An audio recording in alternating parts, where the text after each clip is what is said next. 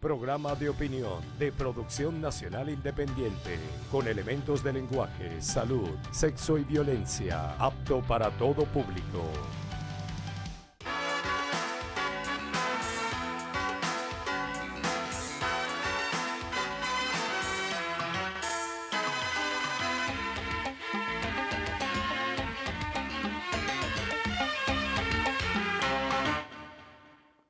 Amigas y amigos, la marcha de la MUD del pasado jueves 1 de septiembre fue convocada con el mismo formato de la que realizó la oposición hace 14 años, el 11 de abril del 2002, pensando que podía darse una repetición mecánica de aquel evento. La plana mayor de la MUD le dio a la marcha una connotación con características épicas. El anuncio de que 1 millón de personas marcharía sobre Caracas para tomar la ciudad generó colosales expectativas. Pero la euforia que desató en el colectivo opositor, la esperanza de que por fin sería derrocado el presidente Maduro, contrastó con el mensaje de los dirigentes de que no era ese el objetivo de la movilización, sino efectuar un acto cívico, democrático, respetuoso de la Constitución. ¿Era creíble esta versión? Desde luego que no. Las declaraciones de los dirigentes de que la marcha se proponía la toma de Caracas y la sugerencia subliminal de que la batalla final sería en Miraflores no dejaba lugar a dudas acerca de su carácter subversivo.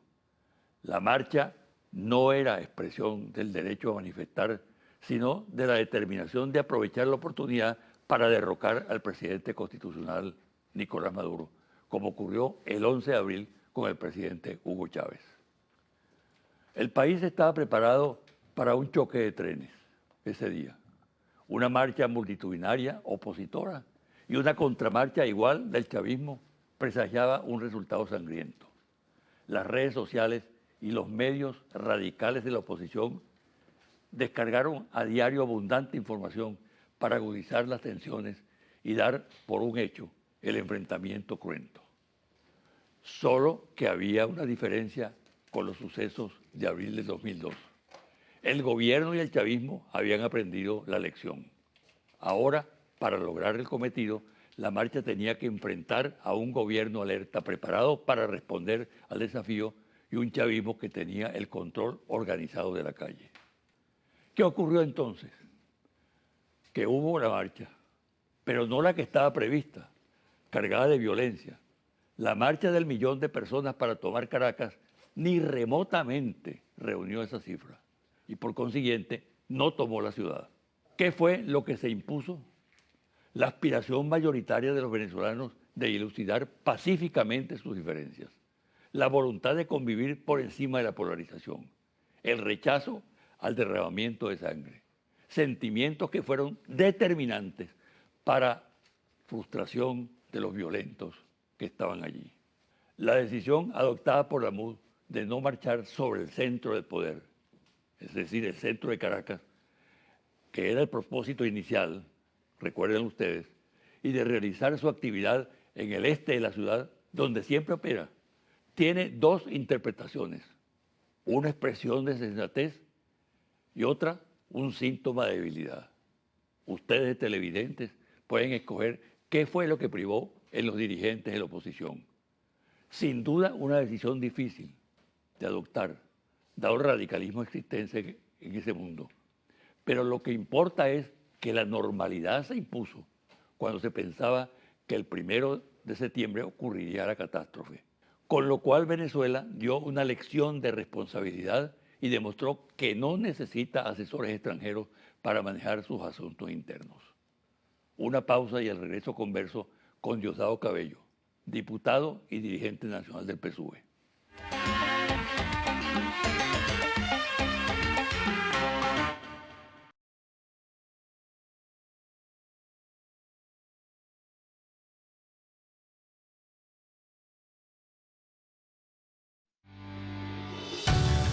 Estás viendo José Vicente Hoy.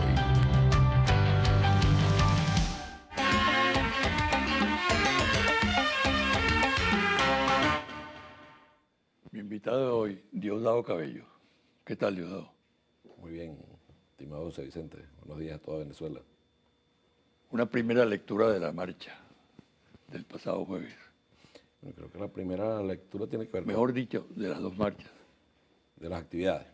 con la actividad en general. Sí, Pues. la primera lectura creo que está vinculada directamente con el tema de la paz. Sí, quienes desde el lado opositor estuvieron durante un mes llamando a que el 1 de septiembre se acababa la revolución, que Maduro se iba, prepara tus maletas, no sé, una cantidad de ofertas engañosas que le hicieron a la gente que lo sigue. Eso significaba de alguna manera... Eso lo pues, hicieron para estimular la marcha. la participación, probablemente. Participación. Sí.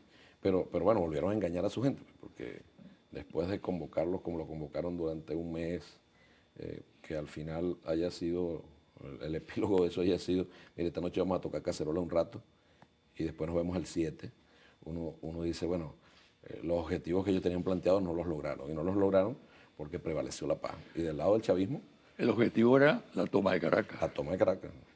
Bien entendida la toma de Caracas, no concentrarse ni seguir concentrado en los puntos donde siempre se han concentrado ellos, que es el este de Caracas. Algunos sectores de los cifrinos de aquí de Caracas, ellos es lo que han venido haciendo regularmente desde hace bastante tiempo.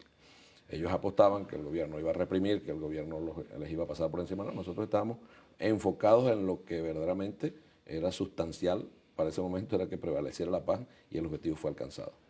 Es decir, que en lugar de ser una convocatoria democrática, cívica, fue una convocatoria de guerra, ¿no?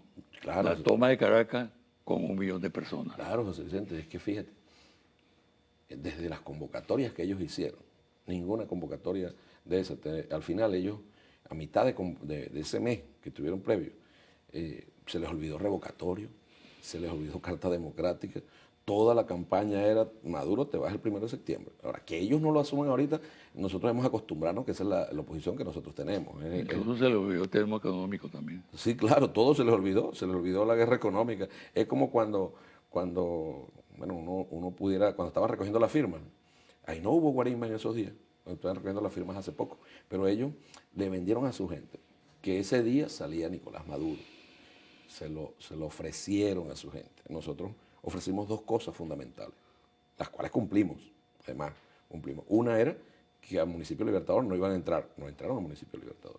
Entonces se cumplió como nosotros lo ofrecimos. Y la segunda era elemental, Nicolás no se va. Y Nicolás no se fue. Hoy tenemos al mismo presidente que tenemos el 1 de septiembre. Ahora, ellos engañaron a su gente, los movieron bajo esa premisa para que la gente se motivara. Al final, en un escenario lleno de peleas internas, el anuncio fundamental es que es un cacerolazo, y luego la gente dice, bueno, ¿y para qué me moví? Y la muestra de eso, José Vicente, están los grupos del foquismo que se dispersaron por algunos sectores de Caracas queriendo cerrar las vías otra vez. Tanto fue así, José Vicente, que la policía Miranda terminó reprimiendo a los mismos manifestantes de la oposición por los destrozos que iban a causar en territorio del este de Caracas. ¿Qué motivó el cambio de ellos del objetivo central? Es decir, ellos pensaban marchar para el centro de Caracas, ¿no? Sí, claro, y hablaron de 1 millón de personas. ¿Y por qué cambiaron la ruta? Sí, ellos hablaban inclusive de movilizar 1 millón de personas, y uno escuchaba a algunos voceros de ellos, esta es la movilización más grande que han tenido ellos. Yo no creo que haya sido la movilización más grande, en verdad. 1 millón de personas es 1 millón de personas. ¿Cómo se mide una movilización? Bueno, hay una forma muy elemental, ¿no? En una concentración, tú tienes por cada metro cuadrado 3 personas, muy pegados. Estamos ahí espalda con espalda, hombro con hombro, pegados, una cosa muy, muy concentrada. De esa manera, 3 personas por metro cuadrado necesitarían ellos en Caracas, el que quiera sacar la cuenta la saque, eso, señores de la oposición que nos están viendo, ustedes necesitarían 11 kilómetros, imagínense, 11 kilómetros así a lo largo, 11 kilómetros de largo por 30 metros de ancho, con 3 personas por metro cuadrado a lo largo de todo ese trayecto. Eso es imposible. Aquí en Caracas no hay una vía que tenga 11 kilómetros que permita hacer eso. y que tenga 30 kilómetros de ancho promedio a lo largo de toda esa ruta. Por ejemplo, yo hoy, viniendo para acá, yo salí en Maripérez y dije, voy a medir. Agarré la Cotamil en Maripérez. Voy a medir cuánto hay hasta la entrada del Marqués. El que lo quiera caminar, que lo camine para que se dé cuenta cuánto es, porque en carro se ve muy rápido. Hay 8 kilómetros, 200 metros desde la salida de Maripérez hasta la entrada del Marqués por la Cota 1000.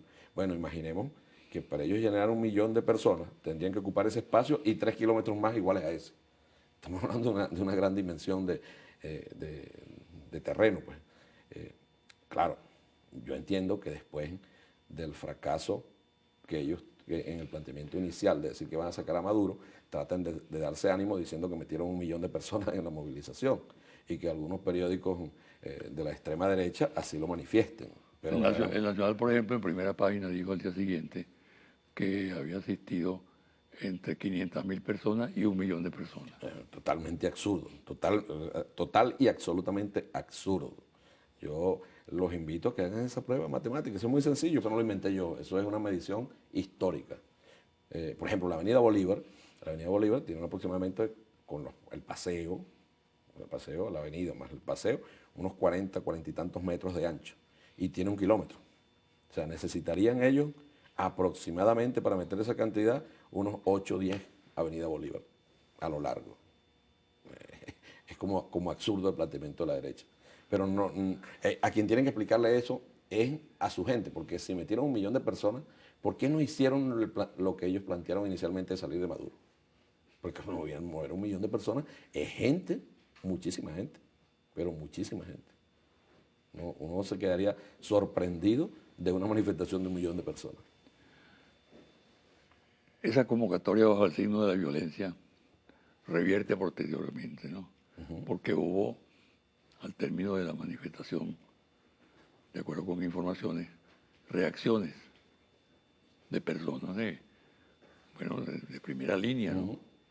Que llamaron a los que estaban tratando de crear problemas, desórdenes, al orden, ¿no?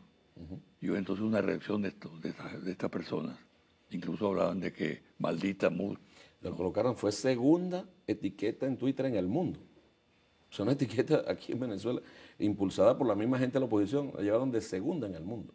Porque, José Vicente, es la verdad, señores dirigentes de la oposición. Todos ustedes, sin excepción, todos, palabras más, palabras menos, declararon que el primero se iba Nicolás Maduro. Que ahora no lo quieren asumir, no nos extraña, porque ustedes cultivan fervientemente la cultura del yo no fui. El yo no fui, no, yo no dije nada. Y ahorita nadie dice nada y nadie va a asumir la responsabilidad. Igual que nadie hubiese asumido la responsabilidad de José Vicente si hubiese habido hechos de violencia. Ellos quieren asumir la responsabilidad solo cuando las cosas les salen bien. Si les salen mal, no las asumen. Podemos hablar que el resultado del 1 de septiembre es el triunfo de la paz y la derrota de la violencia. Totalmente, pero tú me preguntaste, José Vicente, que qué los hizo cambiar de opinión. Ajá. Yo creo, modestamente, pues, yo quiero ponerlo ahí. Ellos obtuvieron un triunfo el 6 de diciembre, electoral. Ese triunfo electoral no lo han podido convertir en un triunfo de calle. O sea, ¿dónde está la gente que votó por ellos? ¿Dónde está la gente que normalmente vota por ellos en estos casos? Eso tiene que ver con las mentiras, que si vamos a acabar con las colas, que si Nicolás se va en 6 meses, o sea, toda esta cantidad de mentiras que se van acumulando y la gente se va desencantando. Pero súmale a eso lo que ocurrió con el chavismo. Yo soy testigo de esto porque estuve ahí en algunos sitios. Las manifestaciones en todos los estados. Ellos comenzaron a darse cuenta que si bien el chavismo está ahí golpeado, atacado, maltratado por ellos, por una guerra psicológica tremenda, ahí está el chavismo en todos los sitios donde nosotros fuimos, una manifestación inmensa de pueblo, pero más allá, y yo le decía al presidente, al compañero Maduro, le decía, hermano, no tanto es la cantidad de la gente, sino la calidad de la gente que va, el entusiasmo que llevan, la decisión firme y plena de seguir adelante con este proyecto de Hugo Chávez, el proyecto que, bueno, comenzó hace 17 años, y con gusto de la oposición lo hubiesen terminado el primer día, pero no han podido y se les está dificultando las cosas. En lo sucedido, ¿qué papel jugó las tensiones internas. De la derecha, no, muchas. Te voy a decir algo, antes de responder eso. Ellos tenían todo listo, preparado, tan preparado que hasta la conferencia episcopal tenía su comunicado. Renuncia Maduro, salió. Él como que no se dio cuenta de lo que ocurrió aquí en Caracas y en Venezuela. El señor Padrón, al leer un comunicado a todas luces, descontextualizado de lo que ocurrió aquí en Venezuela, exigiéndole a Maduro que renunciara por la gran manifestación. Pero era lo que tenían preparado, los titulares de prensa los tenían preparados, consiguieron con todos los contactos internacionales que ellos tienen, mandar medios como que Venezuela fuese una zona de guerra, porque Nicolás Maduro caía. Y no lograron lo que ellos esperaban, verdaderamente. Yo creo que este instante de la vida de Venezuela nos pone a reflexionar, a pensar. Creo que el pueblo de Venezuela quiere una profunda paz de verdad, que hay que construirla. Y por supuesto que las peleas internas entre ellos fueron fundamentales. En esa tarima, hasta el último momento pelearon a ver si alguien iba a hablar, quién era que se iba a dirigir, porque las peleas entre Ramos Alú y Capriles son más que evidentes. A María Corina no la invitan absolutamente para nada, solo la saco yo en mi programa, nadie más la menciona. En Voluntad Popular aprovechan que Leopoldo López está preso y hay 20 aspirantes entre ellos mismos, mujeres y hombres, para dirigir Voluntad Popular. Es toda la división interna. Rosales, que fue el único que en lo personal creo que tuvo una conducta política verdadera, llamando a la responsabilidad de los sectores de la oposición, así como también llamó a la responsabilidad en los sectores del chavismo. Ahí está, nadie marginado, hasta en su propio partido, muy pocos de su propio partido. Esas divisiones le han hecho mucho daño a Venezuela, pero creo que más daño le están haciendo a eso de la MUC. No hay ahí un liderazgo, no el pueblo. Esto ocurrió quizás como enseñanza para nosotros. Tú decías en estos días que habíamos aprendido la lección del 11 de abril, pero hemos aprendido más de una lección de esas del 11 de abril y sus cosas conexas, ¿no? Pero la oposición no. Ese pueblo de la oposición que adversa dentro de lo democrático y de todo el derecho que tienen de adversar a la revolución bolivariana, no siente que tiene un liderazgo. Eso nos ocurrió mucho a nosotros el 11 de abril, que el pueblo salió desbordado buscando a Chávez, pero no había un liderazgo que lo canalizara. Eso más o menos está ocurriendo en los sectores de la oposición, que no sienten que alguien sea capaz de... No es deplorable para el país. Muy deplorable. Pero es que lo hemos venido diciendo, José Vicente, y el presidente Chávez, el comandante Chávez, lo pidió cada vez que había una elección. Él pedía una oposición de verdad, una oposición que sea capaz de hablar al país en términos francos. No le hablan ni siquiera en términos francos, en temas tan claros, o sea, tan transparentes como un tema de un revocatorio. El revocatorio que ellos están planteando es absolutamente fuera de tiempo. No es posible hacerlo este año. Y ellos no tienen el coraje, ninguno de ellos, ni ellas, tienen el coraje de decirle, mira, en verdad nos equivocamos.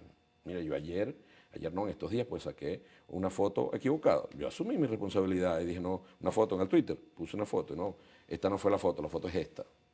Porque ellos inmediatamente, mira, están poniendo fotos falsas, ¿no? Asumo mi responsabilidad. Y uno con Chávez aprendió a asumir la responsabilidad. Todo hace tiempo, mucho tiempo, cuando el comandante Chávez, estábamos presos nosotros, dijiste algo así como que Hugo Chávez apareció en Venezuela y asumió la responsabilidad de todo lo que había ocurrido, un país donde nadie asume responsabilidades. Tú pusiste eso en la mesa hace mucho tiempo y a eso nos enseñó el comandante Chávez. Ellos, ese vacío de liderazgo, esa ambición personal que tiene cada uno de ellos, le hace daño al país, pero más daño le hace a esa oposición que anda en la calle. Mira, Diosdado, dada la importancia que se le asignó al 1 de septiembre, dada la importancia que se le atribuye, que viene a partir de ahora. Pero no me responda en este momento, vamos a hacer una pausa más bien.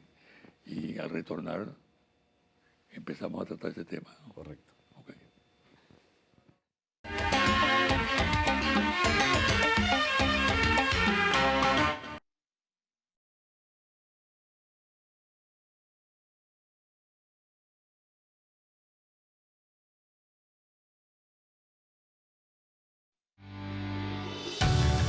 Estás viendo José Vicente Hoy.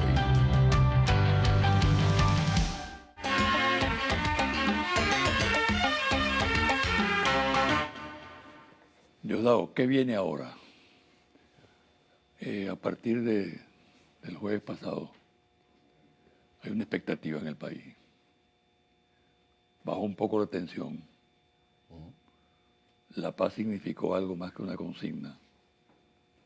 Se materializó en la calle. Pero hay grandes dudas acerca del comportamiento de la oposición. Por tanto, ¿qué pronosticas tú que va a hacer la oposición? ¿Va a continuar con la misma rutina subversiva, absurda? ¿O por el contrario, hay posibilidades de que modifique su comportamiento?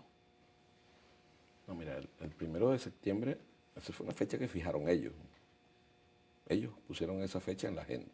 Nosotros hemos estado preparándonos casi que desde que Nicolás Maduro ganó las elecciones. Recuerda que al día siguiente, o esa misma noche, hubo manifestaciones violentas promovidas por el candidato perdedor, Capriles. La gente saliera a la calle a manifestar violentamente. 11 muertos costó eso. Y todo este tiempo ha sido una pelea constante. De manera que el 1 de septiembre para nosotros era un día, no vamos a decir que cualquiera, no vamos a decir que cualquiera, pero dentro de la agenda general no cambiaba prácticamente nada, porque ellos han venido anunciando violencia desde que Nicolás Maduro ganó. O sea, ese 1 de septiembre le hace mucho daño a ellos en lo organizativo y a ellos en la credibilidad de algo que no se reúne, que se llama la MUC, pero que no se ha reunido en todo este año, por decir algo. No existe una verdadera unidad en la oposición. ¿Qué viene ahora? Yo de verdad no creo, lo decía ayer, anteayer, todos estos días los he venido diciendo, que una oposición que anuncia que va a tomar Caracas, que se va Nicolás Maduro, y de repente un día, 2 días, 3 días antes salen con algo de decir, no, mira, nosotros vamos, es una manifestación pacífica. Yo no les creo, absolutamente. No les creo porque es parte de un plan. Que quedó ayer, que quedó esta semana con el triunfo de la paz, que queda en Venezuela con el triunfo de la paz ante el mundo. Bueno, queda que la oposición pareciera que es pacífica, pero también debe quedar que no hay un gobierno represor, no, para nada. Que esa fue la imagen que ellos quisieron, la foto que ellos quisieron vender. Ellos pacíficos y el gobierno reprimiendo. Yo te repito, quien estaba reprimiendo era la policía de Miranda, a su misma gente. Vaya usted a saber qué ocurrió la pelea entre las bandas que tienen ellos ahí, entre los grupos que tienen ellos en la oposición. Yo no tengo el mejor pronóstico para lo que viene, porque cada día que pasa, para ellos el desespero es mayor. El mayor porque ellos están Ellos anunciaron un calendario de actividades. Sí, un calendario de marchas y manifestaciones. De marchas y cacerolazos, qué sé yo. Pues nosotros también tenemos el nuestro, preparados para evitar que haya algún tipo de desmán, pero además movilizando a nuestra gente. Nosotros vamos a seguir movilizando a nuestra gente, vamos a seguir trabajando en lo que hemos venido trabajando todos estos días, atacando el tema económico que es el que tenemos ahí, y ellos van a seguir profundizando. Cuando ellos se den cuenta que la recolección de firmas, que si las autoriza el CNE, dependiendo de los resultados de todas las denuncias que hay por los muertos que firmaron y las personas detenidas y a todos los que le usurparon la firma, si eso se da en algún momento, el referéndum revocatorio no tiene la más mínima posibilidad de ser este año. Eso será un punto de quiebre, uno pudiera pensarlo. Ellos anunciaron, entre las cosas que anunciaron es que van a manifestaciones de 6 horas, alerta Venezuela, 6 horas, después van de 8, después de 10, de 12, hasta una manifestación de un día entero, que van a llamar ahora, el 24 de diciembre, otro nuevo paro nacional. Pareciera, ¿no? ¿Qué es lo que quieren? O sea, van a someter otra vez al pueblo de Venezuela lo mismo a lo que lo sometieron en el año 2002. No nos extrañaría a nosotros absolutamente nada, porque bueno, son los mismos. Cuando uno dice, la MUC es golpista, no, nosotros no nos pueden acusar de eso. ¿Cómo nos van a acusar si ustedes son los mismos del 11 de abril? Antes se llamaba coordinadora y ahora se llama MUC, pero es la misma gente. Ahí no ha cambiado absolutamente nada. Es sintomática la posición de Rosales, que es un jefe de un partido importante de la MUC, ¿no? Que expresa esa actitud, justamente lo que tú estás diciendo, de las distintas posiciones que se verán allí en el seno de la MUC. Sí, claro. Él mandó una carta pública a Venezuela. Nosotros no desconocemos la fuerza que tiene un nuevo tiempo en estados, por ejemplo, como el Zulia. Es una fuerza política que hay que reconocerla. Pero más allá de la fuerza política está verdaderamente lo que manifiesta Rosales en esa carta, llamando a la responsabilidad de los sectores de la derecha venezolana con las acciones que van. Algo sabía él, algo le informaron a él de lo que intentaba hacer la derecha. Intentaban hacer partidos como Voluntad Popular, que está total y absolutamente al margen de la ley. Ellos lo saben, en verdad. Lo que hacen esos señores en Venezuela no se lo permitirían en ninguna parte del mundo. Nosotros porque estamos cargados de democracia, pero bueno, tenemos hasta en los tuétanos, tenemos nosotros la democracia. Y permitimos cosas que en ningún otro país lo permitiría. Si se perfila después de estos hechos una conducta distinta por parte de sectores amplios de la oposición, estaría dispuesto el chavismo y el gobierno, por supuesto, a tender un puente. Claro. Ojalá, José Vicente, pudiera hacerse. El presidente, luego de las manifestaciones del día jueves, nosotros hicimos una reunión, el presidente inclusive lo planteó en esa reunión, por la necesidad de abrir puertas de conversación con quien se pueda convocar. Nosotros no vamos a claudicar, nosotros no vamos a negociar el socialismo, no vamos a negociar la revolución, pero que sectores de la oposición que verdaderamente estén en el juego democrático, si lo podemos escuchar, los escuchamos. Nosotros no tenemos ningún inconveniente con eso, ni complejo tampoco, ni complejo. Yo en lo personal, sabes que lo he dicho, que cuesta mucho hablar con la gente de la oposición porque ellos no tienen palabra. Ellos se comprometen una cosa hoy y mañana, entre ellos mismos no tienen palabra. ¿Qué compromiso van a tener con un adversario que está al frente de ellos? Tratan es el engaño, tratan es de la simulación, tratan de ganar tiempo para ver si Estados Unidos sigue mandándoles plata. Resultado de esto del 1 de septiembre, es que bueno, la plata que manda Estados Unidos se perdió otra vez. Se perdieron esos reales, porque ellos seguramente convencieron al gobierno de Estados Unidos que ahora sí salían de Nicolás Maduro.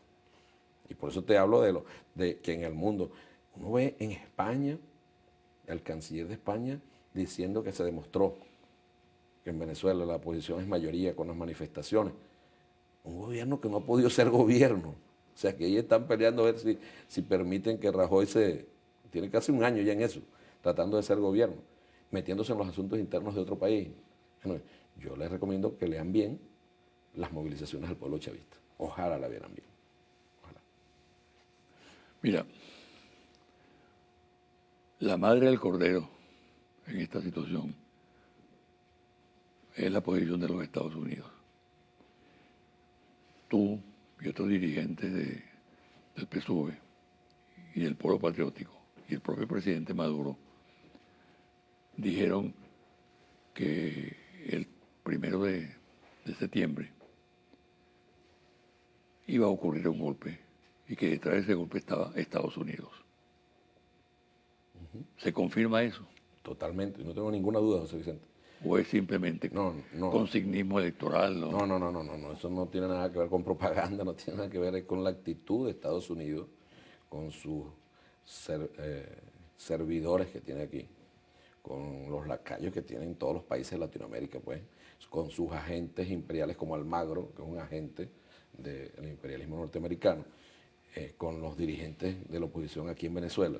Ellos lo anunciaron, el Departamento de Estado, el gobierno de Estados Unidos, y en este caso el gobierno de Estados Unidos, cuando exige la liberación de una persona que está detenida en Venezuela, como Ceballos o como Leopoldo López. Por cierto, no piden nunca por Rosales, cosa rara, ¿no? Pero ellos nunca piden liberen a Rosales, sino se concentran en Leopoldo López, Ceballos y de vez en cuando a Ledesma, pero a Rosales parece que quieren que siga preso. Cuando el imperialismo hace eso, metiéndose en asuntos internos de Venezuela, y además exige al gobierno venezolano de la liberación de estas personas sin tomar en cuenta que hay procesos legales y que aquí hay poderes constituidos que ejercen cada quien, aquí 5 poderes, distintos a ellos allá. Aquí los jueces no los nombra el presidente de la República, los magistrados del Tribunal Supremo. Allá en Estados Unidos sí los nombra el presidente de la República, que es el que los propone, pues, de una lista de nombres. Y de ahí escogen, pero es el presidente de la República.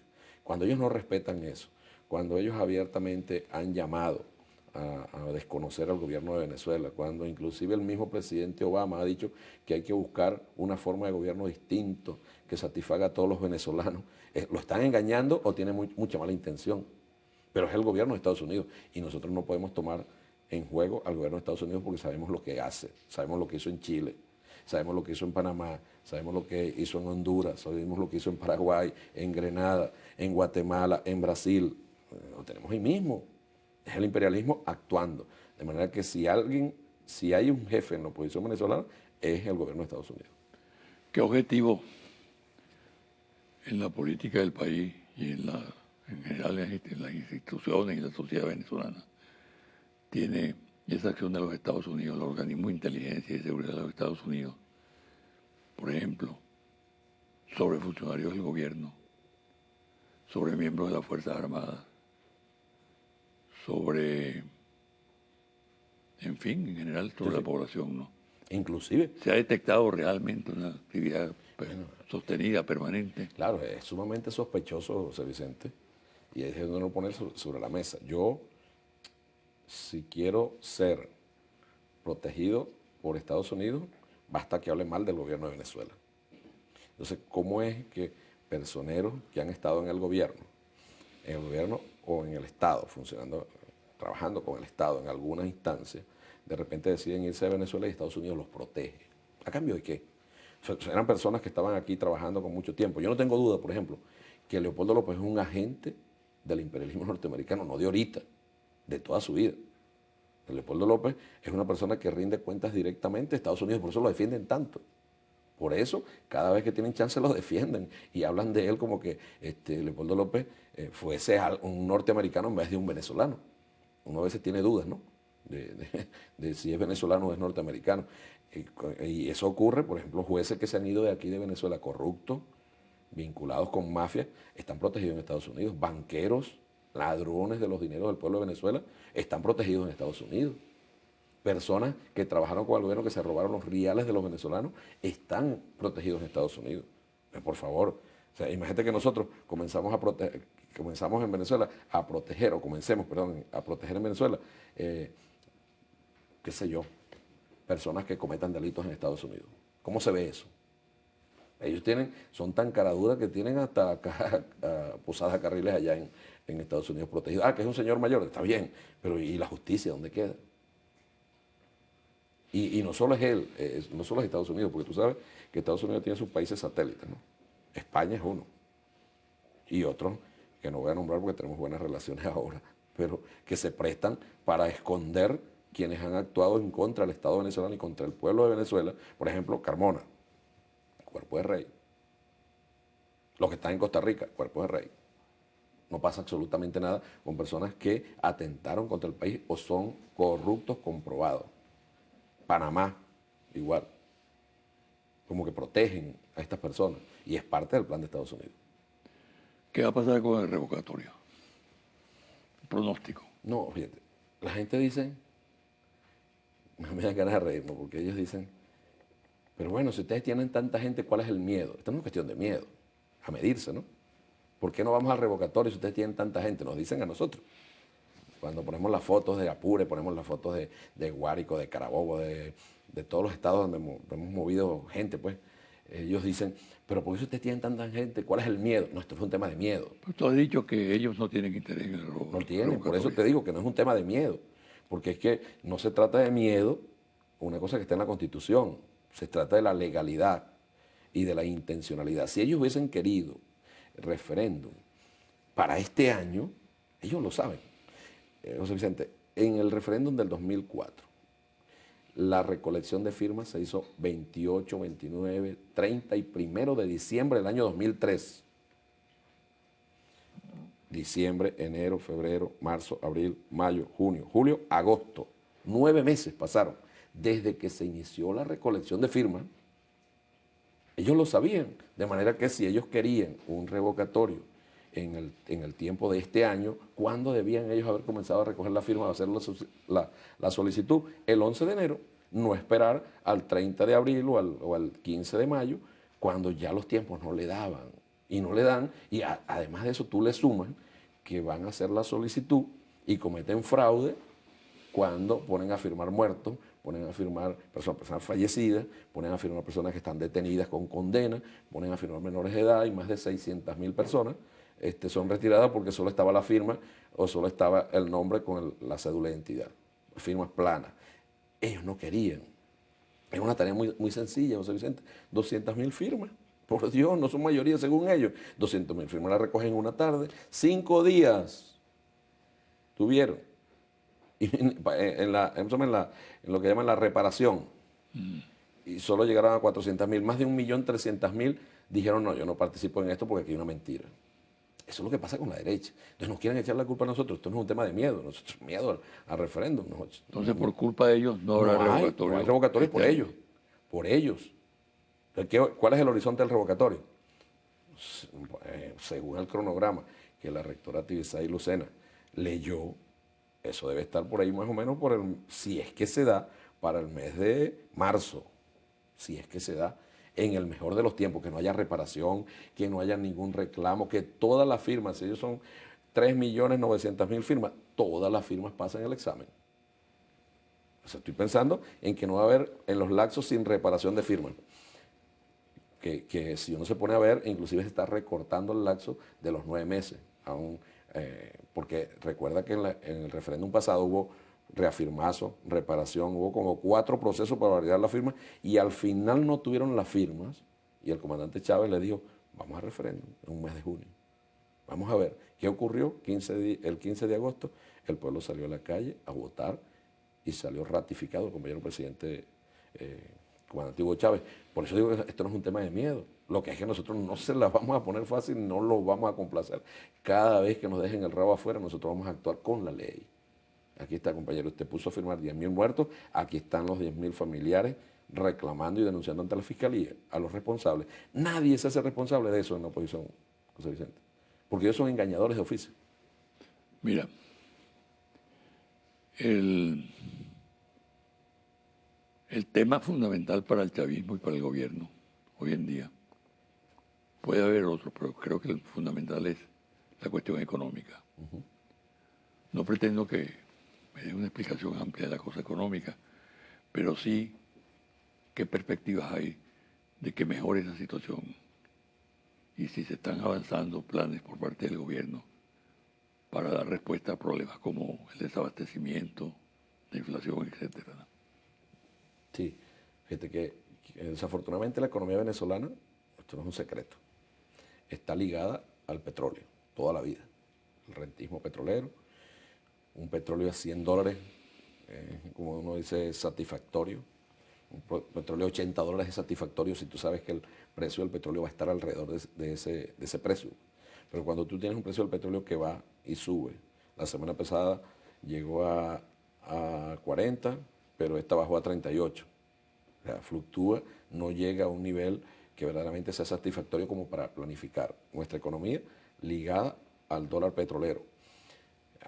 El gobierno, consciente de eso, aquí no se ha paralizado la construcción de viviendas, los problemas de la economía. Hoy me escribía el gobernador de Bolívar y me decía, compañero, en el mes de mayo solo me estaba llegando al 15% de la comida necesaria para el Estado. Ahorita me está llegando el 75% de la comida para el Estado, que es quizás el problema fundamental, ¿no? El tema de que la persona tenga acceso, dentro del problema económico, el problema fundamental es el acceso a la comida. Que la persona tenga la posibilidad real y cierta de salir a comprar un producto, lo consiga, pero además lo consiga a un precio razonable, no a un precio especulativo. Eso es lo que hemos venido haciendo. Esta semana tuvimos nosotros al ministro de Agricultura, Wilmer Castro, en el partido, nos explicó la cantidad de hectáreas que se han sembrado en los rubros fundamentales en Venezuela, como es el arroz, el maíz,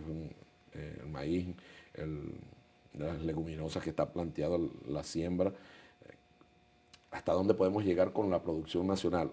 Ese será el día en donde nosotros tengamos razones para alegrarnos, cuando la producción nacional sea capaz de satisfacer todos los requerimientos internos. Eso es un trabajo, mira, José Vicente, no puede la derecha decir que no está vinculada a la guerra económica cuando ellos mismos lo han admitido el boicot económico como una forma para salir de Nicolás Maduro. Eso lo han dicho ellos, lo han declarado la gente de la oposición. No pueden decir que ellos no tienen sus manos metidas detrás de eso. Adicionalmente, ahí están los productores nacionales conscientes. En la historia de los dólares, todos los días, como usted quiera, muchos se hicieron ricos sin sembrar aquí, pero nada, absolutamente nada, y sin embargo tenían el calificativo de productores. Por ejemplo, yo puedo decir que la Polar no tiene sembrada ni una hectárea de maíz en Venezuela, pero utiliza todo el maíz que siembra el campesino. Y el que trae el gobierno nacional de afuera, adicionalmente hay que darle a ellos. Pero no siembran ni una sola hectárea de maíz aquí en Venezuela. Un ejemplo, pues, de quienes han vivido la renta petrolera y quienes no. Quienes han hecho grandes fortunas, mientras el pueblo, desafortunadamente, bueno, pasa trabajo. Aquí la diferencia fundamental, ¿sabes? Que nosotros siempre sacamos periódicos viejos y vemos lo que ocurría aquí y por qué ocurrió aquí un Caracazo en el año 89. ¿Te refieres a tu programa? En el programa sí siempre sacamos periódicos viejos, porque ahí hay mucha de la historia reciente. ¿Tú disfrutas de este programa? Sí, bueno, a mí me gusta el programa. ¿Te gusta? Me gusta, sí, porque es una forma, pues, de comunicarse con la gente y ponerle ahí la voz del comandante Chávez. Mira, es fundamental crear confianza en el país, ¿no? Tú garantizas la estabilidad de las instituciones. Sí, claro. No hay posibilidad de golpe. Te voy a decir. Pues no el intento, porque el intento lo pueden... El intento es una cosa, Exacto. por supuesto. La materialización. Sí, no, es imposible que lo vayan a lograr. Total y absoluto. Ellos hicieron el intento, José Vicente, de buscar militares. Bueno, han tocado los militares. Es probable que tengan algún militar. Claro, yo no puedo decir que eso no es posible que ocurra. Pero de ahí, de tener un militar que salga y de una declaración y pensar que la Fuerza Armada está comprometida en una intentona golpista contra nuestro pueblo, es imposible. Total y absolutamente imposible. Tendrá una respuesta, al contrario, muy contundente. Porque ellos, tú sabes, que en esto sí es experta la oposición y yo tengo que reconocérselo. Ellos son expertos y muy buenos, excelentes, subestimando a la gente. No hay quien les gane subestimando a la gente. Por eso es que chocan y cometen tantos errores. Subestimaron a Chávez, subestimaron a Nicolás, subestiman a la Fuerza Armada, nos subestiman a todos nosotros. Todos somos unos muertos políticos según ellos, todos estamos entregados, todos nos vamos a ir. Aquí ¿Te subestiman a ti? ¿Ah? ¿Te subestiman a ti? Yo soy feliz cuando eso ocurre. Porque uno lo que hace es trabajar todos los días y andar en lo que uno cree. Pero ellos son expertos y hay que reconocerse, lo han mejorado mucho en eso. Cada día son mejores subestimando a la Revolución Bolivariana y sobre todo subestiman al pueblo. Ellos hace un mes juraban, José Vicente, que ellos iban a meter aquí, no 1 millón de personas, 100.000 personas y el pueblo chavista se va a ir corriendo. Jamás pensaron que el pueblo chavista iba a comenzar una oleada como se vio en todos los estados de Venezuela. Eso es una realidad con la cual chocaron de frente, que deben estar evaluando en este momento. Correcto. Y eso nosotros podemos decir, ellos dicen, no, nos trancaron las vías. Y la gente nuestra tampoco llegó aquí. Eso que se movió fue Caracas. Claro. ¿Optimista? Totalmente. Tengo mucha fe que las cosas van a salir bien. Además tengo mucha conciencia de lo que creo que debemos hacer para que salgan bien. Y este pueblo, lo que no debe ocurrir nunca, es que en estas batallas, en estas luchas, el pueblo sienta que los liderazgos están ausentes. A nosotros nuestra suerte está íntimamente ligada a la suerte de ese pueblo. No es al revés, que la suerte del pueblo está ligada a la suerte nuestra, no, es al revés. La suerte nuestra depende de la suerte de ese pueblo. Y nosotros estaremos con ellos en las buenas y en las malas. Creo que lo hemos demostrado y la conciencia que dejó Hugo Chávez está sembrada no solo en el pueblo, sino también en quienes tenemos responsabilidades de liderazgo ahorita. Gracias. No, gracias a ti. Y mucha suerte. Siempre es un placer venir para acá. Gracias. Una pausa y al regreso a los confidenciales.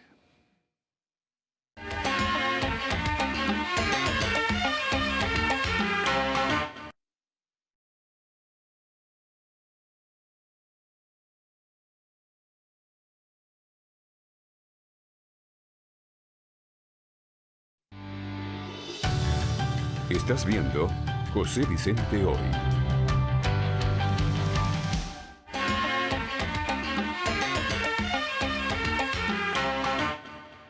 Y ahora los confidenciales. A principios de agosto de este año se produjo en PDVSA La Campiña una actividad insólita. Un alto funcionario de la empresa le manifestó al grupo de confianza que labora en la dependencia a su cargo que había que revisar una serie de expedientes que debían ser enviados a diputados de oposición, miembros de la Comisión de Contraloría de la Asamblea Nacional.